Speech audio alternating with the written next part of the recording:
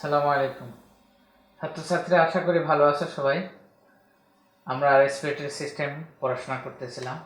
Respiratory সিস্টেমের আরেকটা topic হইতেছে রেসপিরেটরি মেমব্রেন। এটাও খুব গুরুত্বপূর্ণ, এখান থেকে অনেকগুলো কোশ্চেন হয়, অল্টারনেটিভ ইয়ারে কোশ্চেন হয়। তো আমাদের রেসপিরেটরি মেমব্রেন আমরা দেখব। রেসপিরেটরি মেমব্রেনের কিছু অল্টারনেটিভ নাম আছে, নিক নেম, যেটা পরীক্ষার হলে অনেক সময় কনফিউজ করতে পারে। রেসপিরেটরি মেমব্রেনের আরেকটা নাম ব্লাড এয়ার ব্যারিয়ার। আমরা জানি দেখবো যে রেসপিরেটরি মেমব্রেন যখন পড়াশোনা করবো স্ট্রাকচারগুলো, তখন দেখতে পাবো যে রেসপিরেটরি মেমব্রেনের যেটা কাজ সেটা হচ্ছে অ্যালভিওলি থেকে ক্যাপিলারির ভিতরে, পালমোনারি ক্যাপিলারির ভিতরে কার্বন ডাইঅক্সাইড এবং অক্সিজেনের এক্সচেঞ্জ। সুতরাং অ্যালভিওলির ভিতরে থাকে এয়ার, আর ক্যাপিলারি পালমোনারি ক্যাপিলারিতে ব্লাড। এই জন্য রেসপিরেটরি মেমব্রেনের আরেকটা নাম হচ্ছে ব্লাড এয়ার ব্যারিয়ার, অর্থাৎ এক পাশে ব্লাড আর এক পাশে এয়ার, এর মাঝখানে যে ব্যারিয়ার এর কাজ করে রেসপিরেটরি মেমব্রেন। এই জন্য এর আরেকটা নাম হচ্ছে ব্লাড এয়ার ব্যারিয়ার। এর আরেকটা নাম আমরা এরকম বলে থাকি, সেটা হচ্ছে alveolo capillary membrane. Alveolo capillary membrane. তাহলে আমরা তিনটে নাম দেখলাম, একই জিনিস।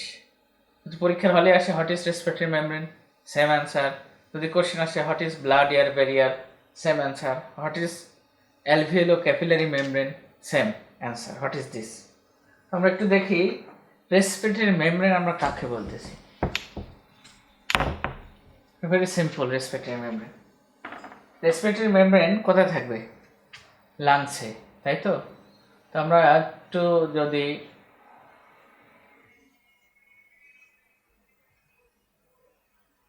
suppose this is alveoli, lung, everybody has two lungs, আমি একটা আঁকাইছি, this is the lungs, million alveoli আছে, তার ভিতরে আমি একটা অ্যালভিওলি আঁকানোর চেষ্টা করছি। আচ্ছা, অ্যালভিওলির পার্টস দিয়ে ক্যাপিলারি। আমরা ডিটেইলস আলোচনা করব রেসপিরেটরি মেমব্রেনের নিয়ে। তাহলে এটা ক্যাপিলারি আর এই পাশে অ্যালভিওলি, এই দুটার মাঝখানে যে ব্যারিয়ার, একে আমরা বলতেছি রেসপিরেটরি মেমব্রেন অথবা ব্লাড গ্যাস ব্যারিয়ার। আচ্ছা, এখন আমরা দেখি যে what is respiratory membrane. Respiratory membrane আমরা কাকে বলছি? Very simple. আমাদের এক পাশে আছে এয়ার আর এক পাশে আছে ব্লাড। ক্যাপিলারির ভিতরে ব্লাড, অ্যালভিওলির ভিতরে এয়ার। সুতরাং আমরা ইজিলি ডেফিনেশনটা বলতে পারি যে respiratory membrane is a structure through which gaseous exchange occur between alveoli and capillary, pulmonary capillary. Respiratory membrane is one structure through which gas exchange occurs between the alveolar air and pulmonary blood. Very simple. Definition এতটুকু নিলে আমরা হবে পরীক্ষা হলে লিখতে পারলে চলবে। আচ্ছা, আমরা এখন যেটা লাগবে সেটা হচ্ছে যে রেসপিরেটরি মেমব্রেনের স্ট্রাকচার। কোশ্চেন এভাবে আসতে পারে, what are the layer present in respiratory membrane, অথবা draw and label the respiratory membrane, layer of the respiratory membrane. কী কী লেয়ার আছে আমরা একটু দেখব। আবার একটু ডায়াগ্রামেটিক একটা পিকচার আঁকাই বোঝার জন্যে, যদিও this is not anatomical picture, this is alveoli. আমরা জানি অ্যালভিওলির ভিতরে অ্যালভিওলার এপিথেলিয়াম থাকে। আমি ওইগুলো আঁকাইতেছি। এই যা যা স্ট্রাকচার আছে সেগুলোকেই একত্রে আমরা দেখব যে respiratory membrane. This is the alveolar epithelium. আচ্ছা, এখানে দুই ধরনের এপিথেলিয়াম থাকে। আমরা এর আগের ক্লাসে আলোচনা করছি যে type 1 pneumocyte and type 2 pneumocyte and alveolar macrophage, তিনটে সেল থাকে আর কি। তো এপিথেলিয়াম দুই ধরনের, একটা হচ্ছে টাইপ 1 আরগুলো হচ্ছে এর মাঝখানে যেগুলো থাকে সেগুলো টাইপ 2। টাইপ 2। আচ্ছা, যাই হোক টাইপ 1 এবং টাইপ 2 এই দুই ধরনের এপিথেলিয়াম থাকে। আমরা দেখলাম অ্যালভিওলের ভিতরে যে লাইনিং এপিথেলিয়াম, এখানে টাইপ 1 এবং টাইপ 2 দুই ধরনের এপিথেলিয়াম আছে। আমরা জানি যে টাইপ 2 এপিথেলিয়াম থেকে সারফেক্টেন্ট রিলিজ হয়। এটা গত ক্লাসে আমরা আলোচনা করছি, সারফেক্টেন্টের ফাংশন, সারফেক্টেন্টের কম্পোজিশন, হাউ সারফেক্টেন্ট ওয়ার্ক, এগুলো সবগুলো দেখছি। আচ্ছা, আমি অন্য কালার দিই তাহলে বুঝতে সুবিধা হবে। আচ্ছা, টাইপ 2 নিউমোসাইট থেকে বা টাইপ 2 এপিথেলিয়াম থেকে সারফেক্টেন্ট রিলিজ হবে। This is the surfactant layer. আচ্ছা, আর আমরা জানি যে এপিথেলিয়াম টিস্যু যেখানে আছে এর নিচে যেটি আছে সেটা হচ্ছে বেসমেন্ট মেমব্রেন। কি আছে? Basement membrane. তাহলে যদি এখানেও যেহেতু অ্যালভিওলের ভিতরে এপিথেলিয়াম আছে, এর নিচ দিয়ে যেটি আছে সেটা হচ্ছে বেসমেন্ট মেমব্রেন। আচ্ছা, এরপরে যেটা আছে সেটা হচ্ছে pulmonary capillary.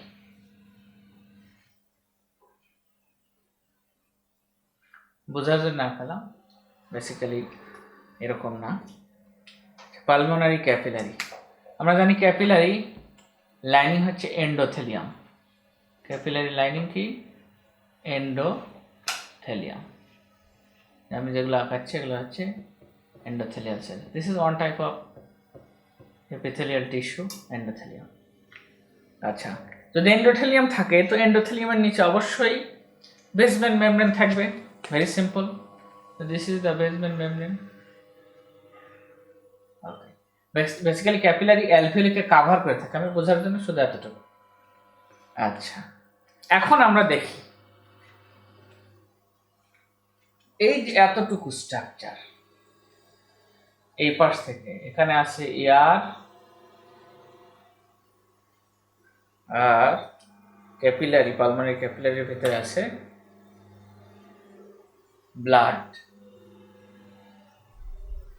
Red blood cell, blood, air and blood. আচ্ছা, এখানে আমরা একটা জিনিস দেখতে পাচ্ছি সেটা হচ্ছে এয়ার এই পাশে, এই পাশে ব্লাড। এর মাঝখানে এই যে air to blood gaseous exchange হয়, oxygen carbon dioxide, carbon dioxide out হয়ে চলে যায় আর অক্সিজেন ইন্টার করে ক্যাপিলারি ব্লাডের ভিতরে। এখন আমরা যে জিনিসটা দেখব ভেরি ইজি। আমি যদি এখানে একটু তাকাই তাহলে আমরা রেসপিরেটরি মেমব্রেনের কি কি লেয়ার আছে বা স্ট্রাকচার আছে সেটা সম্পর্কে আমরা ইজিলি জানতে পারবো। প্রথমে আমরা দেখি ইনওয়ার্ড টু আউটওয়ার্ড, অথবা আমরা এভাবে বলতে পারি অ্যালভিওলি থেকে পালমোনারি ক্যাপিলারির দিকে কি কি স্ট্রাকচার আছে, অথবা পালমোনারি ক্যাপিলারি থেকে অ্যালভিওলির দিকে কি কি স্ট্রাকচার আছে। ইজিলি আমরা জিনিসটা দেখতে পাবো যে অ্যালভিওলি থেকে পালমোনারি ক্যাপিলারির দিকে কি কি স্ট্রাকচার আছে। প্রথমে আমরা একটু দেখি।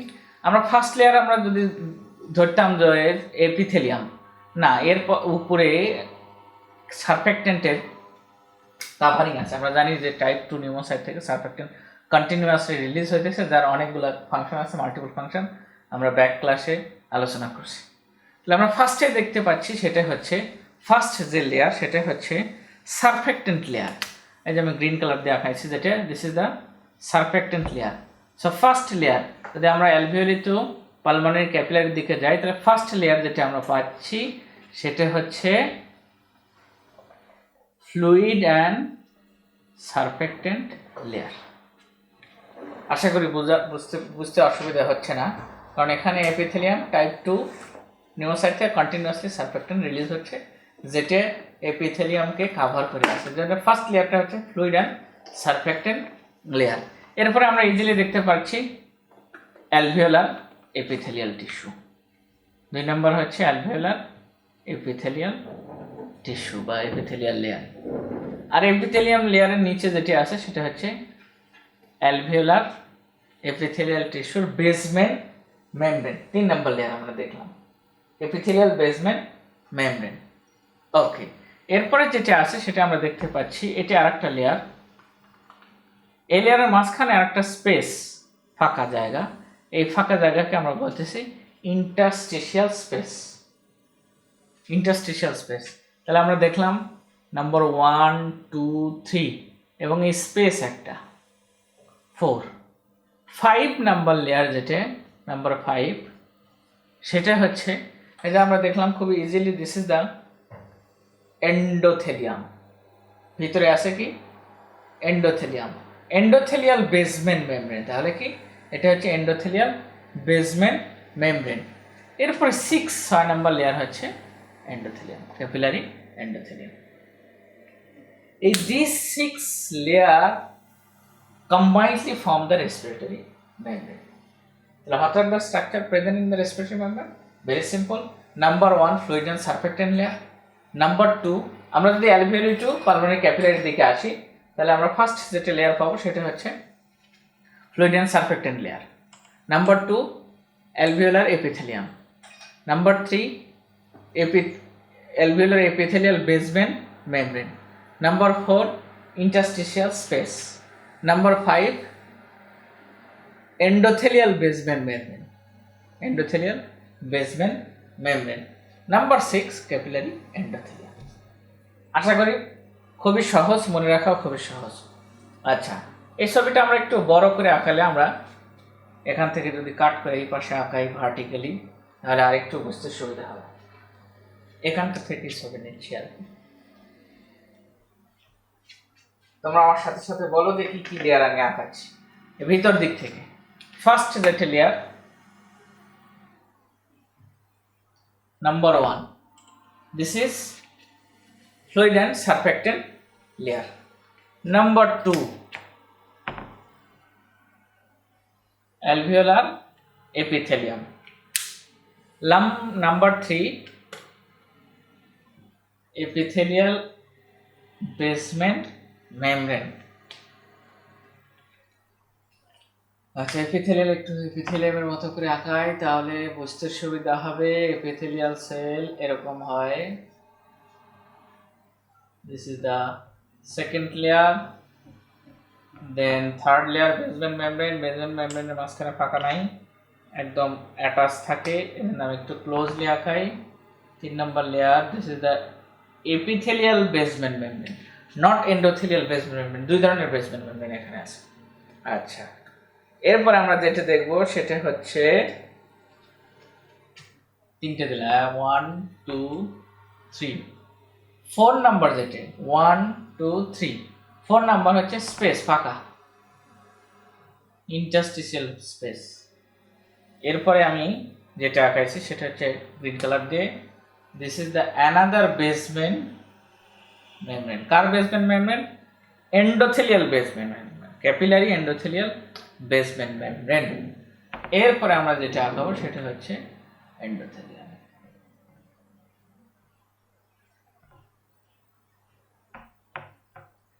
Okay, this is the 6th layer of the respiratory membrane. মনে রাখা খুবই সহজ।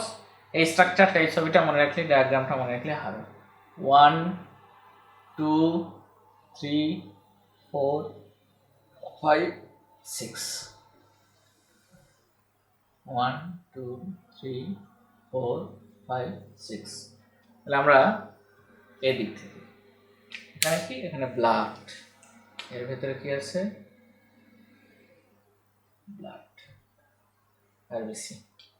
আচ্ছা, আর এই পাশে আছে এয়ার, অ্যালভিওলার স্ট্রাকচার, এটা হচ্ছে capillary structure. Okay, this is 6th layer of the respiratory membrane. Number 1 fluid and surfactant layer. Number 2 alveolar epithelium. Number 3 epithelial basement membrane. Number 4 interstitial space. Number 5 basement membrane but endothelial, capillary endothelial basement membrane. আর এটা হলো epithelial basement membrane, alveolar epithelium basement membrane. Number 6 capillary endothelium. These are the layer of respiratory membrane. এই কোশ্চেনটা আসে ছবি সহ, বইয়ে আরো সুন্দর গাইটনে খুব সুন্দর ফিগার আছে, ওখান থেকে ছবিটা তোমরা আঁকায় নেবে এবং লেবেলিং করতে হবে। ড্র অ্যান্ড লেবেল আসে, অনেক সময় ডাইরেক্টলি আসে, short note on respiratory membrane আসতে পারে, discussion on brief discussion in the respiratory membrane. এবার বিভিন্নভাবে কোশ্চেন হতে পারে। আচ্ছা, এর সাথে আরেকটা কোশ্চেন রিলেটেড, সেটা হচ্ছে what are the factors affecting gas exchange through the respiratory membrane. এই কোশ্চেনটার সাথে আসে। আমরা একটু দেখি কি কি ফ্যাক্টর রেসপিরেটরি মেমব্রেনের গ্যাস এক্সচেঞ্জে পার্টিসিপেট করে। ফ্যাক্টরস অ্যাফেক্টিং গ্যাস এক্সচেঞ্জ, তাহলে আমরা কি দেখব? কোশ্চেনটা হচ্ছে factors affecting gas exchange through respiratory membrane. কি কি ফ্যাক্টরস আছে? Very simple. আমরা যদি হাইপোথেটিক্যাল একটা ডায়াগ্রাম আঁকাই তাহলে আমাদের বুঝতে সুবিধা হবে। দিস ইজ অ্যালভিওলি, এর ভেতরে এয়ার আছে। এটা রেসপিরেটরি মেমব্রেন, 6টা লেয়ার আছে, তোমরা বুঝে নাও রেসপিরেটরি মেমব্রেন। এই পাশে ক্যাপিলারি ব্লাড, গ্যাস এক্সচেঞ্জ হবে এইদিকে ডাবল এ। আমরা জানি যে ব্লাডের ভিতরে কি ঢোকে? Oxygen. Without oxygen you can not survive in the world. Oxygen ছাড়া হয়তো হাস্যের মধ্যে জান্নাতে যাওয়া যাইতে পারে দুনিয়াতে, তাও লাগবে কিনা আমি জানি না আর কি। আচ্ছা, মরার পরে কি অক্সিজেন লাগবে কিনা? আর এদিকে কি হয়? ব্লাড থেকে কার্বন ডাইঅক্সাইড অ্যালভিওলিতে আসে, এরপরে বের হয়ে চলে যায়। আচ্ছা, আমরা এখন দেখি যে কী কী ফ্যাক্টরস আছে যারা এই গ্যাস এক্সচেঞ্জকে এফেক্ট করতে পারে। ফার্স্ট যেটা ফ্যাক্টর সেটা হচ্ছে ভলিউম অফ দ্য এয়ার বা ভলিউম অফ দ্য গ্যাস বা amount of the gas, 1 number factor.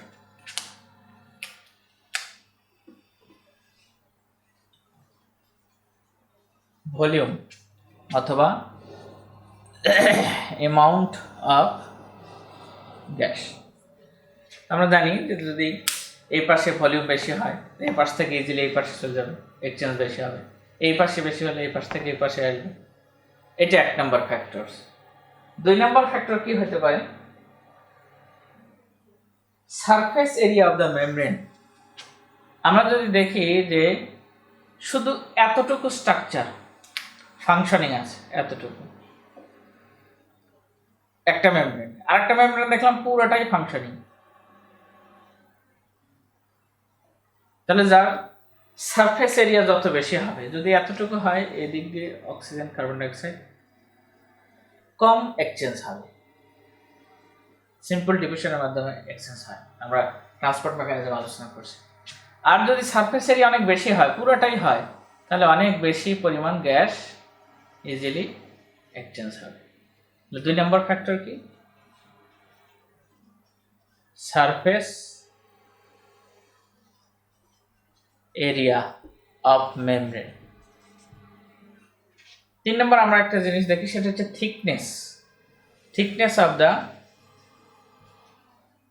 Membrane. এই মেমব্রেন যদি থিন হয়, পাতলা হয়, তাহলে ইজিলি ডিফিউশন হবে, গ্যাস এক্সচেঞ্জ হবে। যদি থিক হয় তাহলে ডিফিউশন কম হয়। যদি মেমব্রেন থিকনেসের উপরে অনেক ডিজিজ আছে, মেমব্রেন থিক হয়ে যায় যখন গ্যাস এক্সচেঞ্জে হ্যাম্পার হয়। এরপর 4 নম্বর আরেকটা ফ্যাক্টর দেখি, সেটা হচ্ছে সলিবিলিটি। যদি গ্যাস মেমব্রেনের ভিতরে সলিবিলিটি বাড়ে তাহলে গ্যাস এক্সচেঞ্জটা বাড়বে। যদি আমরা দেখি যে আমরা কোনো সেল, আমরা এটাও সেদিন পড়াইছিলাম যে সেল মেমব্রেন লিপিড বাইলিয়ার, তো লিপিড সলিবল স্ট্রাকচারগুলা, লিপিড সলিবল মলিকুলগুলা ইজিলি সেল মেমব্রেন দিয়ে যাতায়াত করতে পারে। বাট সেটা যদি লিপিড সলিবিলিটি কম হয়, ওয়াটার সলিবল হয়, তাহলে দেখা যায় যে এক্সচেঞ্জ কমে যায়। আরেকটা হচ্ছে কি solubility, solubility of the molecule অথবা solubility of gas। এরপর যেটা সেটা হচ্ছে molecular weight of the gas। গ্যাসের molecular weight যদি বেশি হয় তাহলে গ্যাস এক্সচেঞ্জ কম হবে, molecular weight যদি কম হয় তাহলে ইজিলি গ্যাস এক্সচেঞ্জ বেশি হবে। এরপরে যেটা 6 নম্বর factor pressure changes, pressure difference. যদি প্রেসার ডিফারেন্স কম বা বেশি হয়, এই পাশে প্রেসার বেশি এই প্রেসার কম, তাহলে ইজিলি এই পাশ থেকে এই পাশে যাবে, এই পাশে প্রেসার বেশি এই পাশে কম, এই পাশ থেকে এই পাশে গ্যাস এক্সচেঞ্জ বেশি হবে। This important factors of gas exchange. Pressure difference যত বেশি গ্যাস এক্সচেঞ্জ তত বেশি।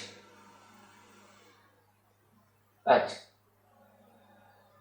সলিবিলিটি অ্যান্ড মলিকুলার ওয়েট, এই দুটাকে একত্রে এই দুটো ফ্যাক্টরকে বলা হয় ডিফিউশন কোএফিসিয়েন্ট। আচ্ছা, diffusion coefficient equal to solubility divided molecular weight। Diffusion কোএফিসিয়েন্টের সাথে directly proportional to gas exchange. আচ্ছা, ওটা আমাদের নাম জানলেও হবে, অনেক সময় এমসিকিউতে আসতে পারে। আমরা দেখলাম কি কি ফ্যাক্টরস আছে। 1 নম্বর ভলিউম, অ্যামাউন্ট অফ গ্যাস। 2 নম্বর surface area of the membrane. 3 নম্বর থিকনেস অফ দ্য মেমব্রেন। 4 নম্বর সলিবিলিটি অফ দ্য গ্যাস। 5 নম্বর molecular weight of the gas। 6 নম্বর হচ্ছে pressure difference. Okay, this all are the factors that's affect the gas exchange. এই কোশ্চেনটা respiratory মেমব্রেনের সাথে related. পরীক্ষায় কোশ্চেন এভাবে আসে, what is respiratory membrane, what are the layer of the respiratory membrane, what are the factors affecting the gas exchange through the respiratory membrane. Okay, এরপরে আমরা এই রেসপিরেটরি মেমব্রেনের সাথে একটা ক্লিনিক্যাল রিলেশন আছে। This is only for medical student. আমার স্টুডেন্টরা এতটুকু জানলে হবে। মেডিকেল স্টুডেন্টের জন্য একটা ডিজিজ, যদিও আমি এই ডিজিজ নিয়ে যখন আমরা রেনাল সিস্টেম পড়াশোনা করব তখন খুব ভালোভাবে জানতে পারব। আচ্ছা, আমরা রেসপিরেটরি মেমব্রেনের অনেকগুলো স্ট্রাকচার দেখলাম, এর মধ্যে একটা স্ট্রাকচার সেটা হচ্ছে বেসমেন্ট মেমব্রেন। বেসমেন্ট মেমব্রেন দেখছি অ্যালভিওলার এপিথেলিয়ামের নিচে আছে বেসমেন্ট মেমব্রেন। আচ্ছা, যেখানে যেখানে এপিথেলিয়াম আছে সেখানে বেসমেন্ট মেমব্রেন আছে। এর ভিতরে বেসমেন্ট মেমব্রেন একটা আছে, সেটা আমরা জানি kidneys formed structural functional unit of the kidneys nephron. আচ্ছা, নেফ্রনের অনেকগুলো স্ট্রাকচার আছে, এর ভিতরে একটা স্ট্রাকচার হচ্ছে গ্লোমেরুলাস। আচ্ছা, গ্লোমেরুলাসে যেটা হয় সেটা হচ্ছে দিস ইজ দ্য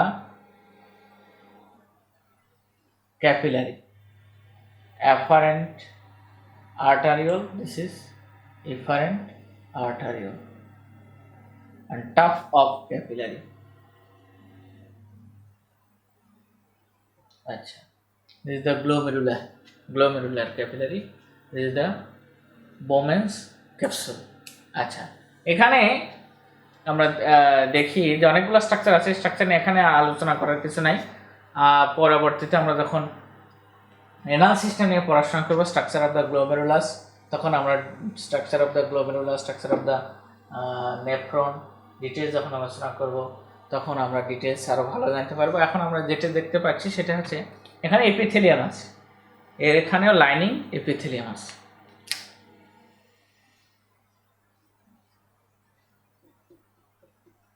আমি আগে বলছিলাম যেখানে এপিথেলিয়াম আছে সেখানে অবশ্যই বেসমেন্ট মেমব্রেন আছে, অর্থাৎ glomerular. This is the glomerular basement membrane, glomerular basement membrane. আচ্ছা, গ্লোমেরুলার বেসমেন্ট মেমব্রেন আমরা দেখলাম ওখানে কি আছে respiratory মেমব্রেনে।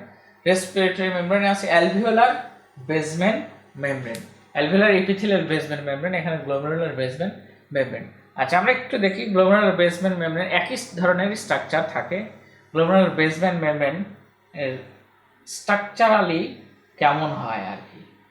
Suppose this is the figure of glomerular basement membrane. আমরা এখান থেকে কেটে নিলাম, নিয়ে এখানে রাখলাম। Glomerular basement membrane is formed by connective tissue, collagen type 4, basement membrane 4 under the floor. আচ্ছা, তাহলে collagen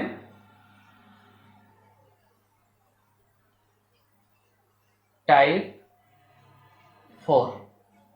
আচ্ছা, collagen type 4 আগে আমরা একটু দেখি। এই বেসমেন্ট মেমব্রেনের মাঝখান স্ট্রাকচারটা dense, very dense. This dense structure called lamina densa. আর এই ডেন্স স্ট্রাকচারের উপরে এবং নিচে এই সাইডটা হচ্ছে গ্লোমেরুলার ক্যাপিলারির দিকে, আর এই সাইডটা হচ্ছে বোমেন্স ক্যাপসুলের দিকে, বোমেন্স ক্যাপসুলের এপিথেলিয়ামের দিকে। আচ্ছা, এই পোর্শন এবং এই পোর্শন, এই বোথ দুই পোর্শন উপরে এবং নিচে, ডেন্স ল্যামিনার ডেন্সার উপরে এবং নিচে দুই পোর্শনটাই ইলেকট্রন মাইক্রোস্কোপের নিচে দেখলে এগুলো লুসেন্ট স্ট্রাকচার, আর এখানে ডেন্স স্ট্রাকচার। এই জন্য এর নাম হচ্ছে ল্যামিনা রেরা। এই দুটাকেই বলা হয় ল্যামিনা রেরা। তবে এই দুটাকে ল্যামিনা রেরা বলা হলেও এটার নাম কি, এটা যেহেতু বাইরের দিকে, এটার নাম lamina rara externa.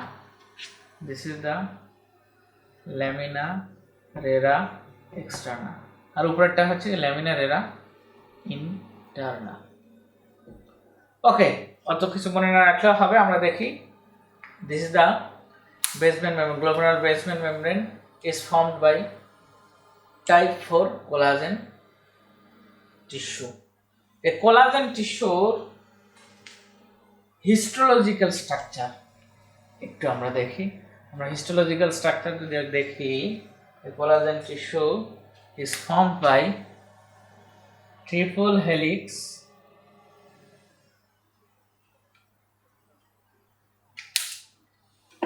alpha peptide, triple helix alpha peptide, অর্থাৎ চেইন আকারে পেপটাইড থাকে, আলফা পেপটাইড থাকে, যেটা দেখতে এরকম টেট্রাপেপটাইড। এটা হচ্ছে basic structure. This is the collagenous structure. আর এর এন্ডে যেটা থাকে সেটা হচ্ছে গ্লোবিউলার নন কোলাজেনাস স্ট্রাকচার। তাহলে দিস ইজ দ্য গ্লোবিউলার মানে গোল গোল, নন কোলাজেনাস স্ট্রাকচার, আর this are the alpha peptide collagenous structure. Non globular non collagenous structure. তোমরা মনে করতে পারো যে এইসব পড়ানোর কি দরকার আছে। আচ্ছা, কোনো পেশেন্টের যে ঘটনাটা ঘটে সেটা হচ্ছে, এটা অটো ইমিউন ডিজিজ। ওই পেশেন্টের শরীরে অটো অ্যান্টিবডি প্রডিউস হয়, যেটা কার এগেনস্টে তৈরি হয়, এই গ্লোবিউলার নন কোলাজেনাস স্ট্রাকচার বা গ্লোবিউলার নন কোলাজেনাস মলিকুলের এগেনস্টে অটো অ্যান্টিবডি তৈরি হয়। তখন অটো অ্যান্টিবডি তৈরি হয়, সেই অটো অ্যান্টিবডি কি করে, এই গ্লোবিউলার নন কোলাজেনাস স্ট্রাকচারকে অ্যান্টিজেন হিসেবে ডিটেক্ট করে, এবং তারা কি করে, অ্যান্টিজেন অ্যান্টিবডি রিয়াকশন করে। অ্যান্টিজেন অ্যান্টিবডি যখন রিয়াকশন হয় তখন কি হয়, এই this collagenous basement, glomerular basement membrane destruction হয়, নষ্ট হয়ে যায়। তখন ডিস্ট্রাকশন হয়, তখন আমরা জানি যে ইজিলি প্রোটিন আরবিসি ইউরিন দিয়ে পাস করে যায়। তখন পেশেন্ট ডেভেলপ করে কি, পেশেন্টের যেটা হয়, যে কমপ্লেইন থাকে সেটা হচ্ছে হেমাচুরিয়া, প্রোটিন ইউরিয়া। এই যে condition, autoimmune disease, autoantibody formed against the globular non-collagenous structure of the glomerular basement membrane, অর্থাৎ আমরা সহজে বলতে পারি অ্যান্টি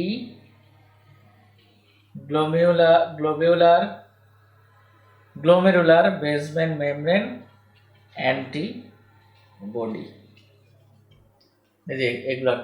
এগুলোকে আমরা anti glomerular basement membrane antibody.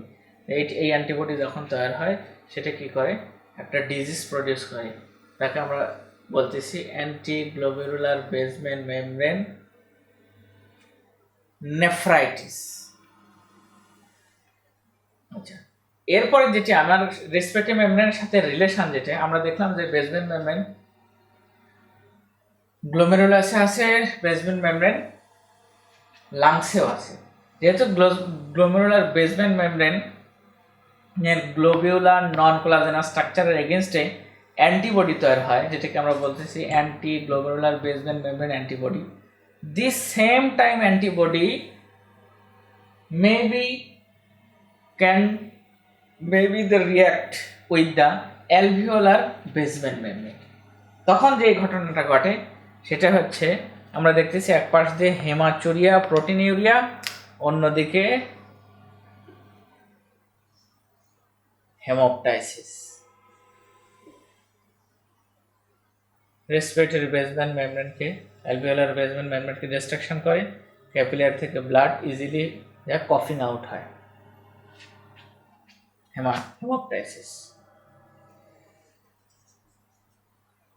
এই যে কন্ডিশন, এই কন্ডিশনকে বলা হয় গুড পার্সার সিনড্রোম। গুড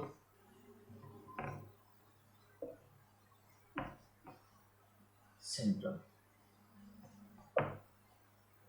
কেন যে নাম গুড পার্সার? এটা this is really not good for the patient, but this is called good Purser syndrome. This is not good Purser, bad Purser syndrome, but এটার নাম হচ্ছে গুড পার্সার সিনড্রোম। কি ঘটনা ঘটে?